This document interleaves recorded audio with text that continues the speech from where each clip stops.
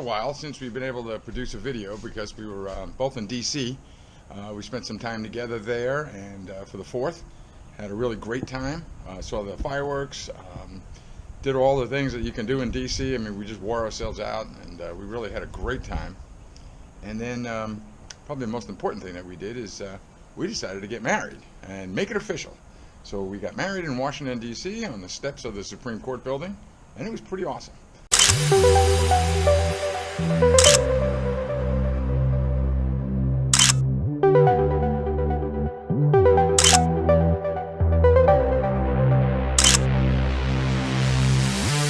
So that's why we haven't been out there for a little while, but I thought what I'd do today is do a short video.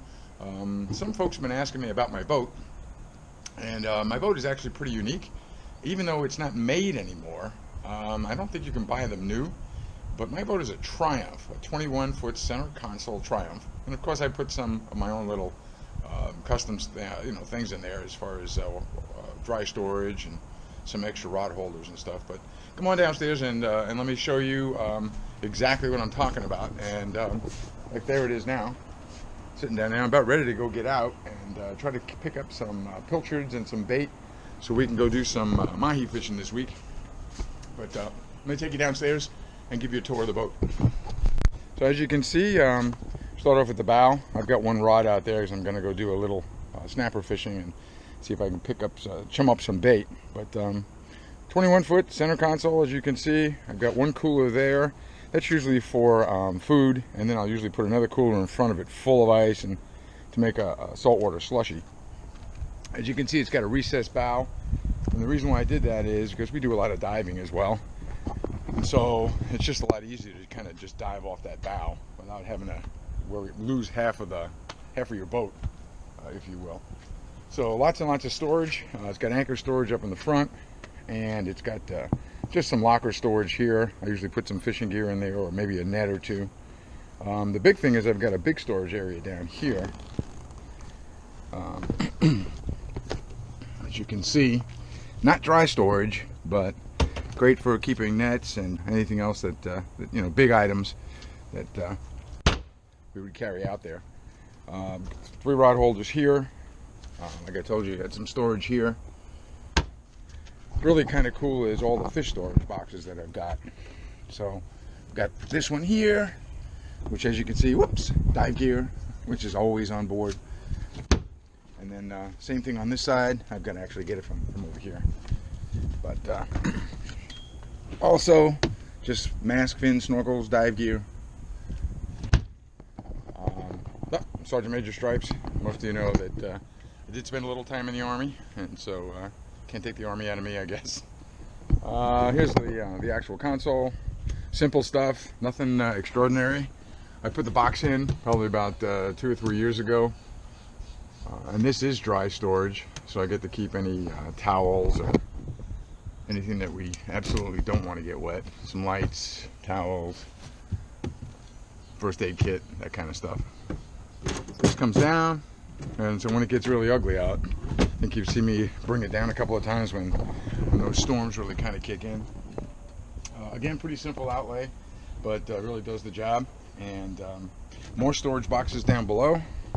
So as I bring you around the back, I can show you this here. This kind of comes out, so when we need to just put rods in there, the heavy rods, when we want to go out, do some wahoo fishing. Put these boards in a while ago, just because it gave me more stability and do a little bit less slipping. Coming around, here's the bait well. So back here is just more storage, as you can see. And same thing on this side. Battery, engine, trusty engine, bilge in the back.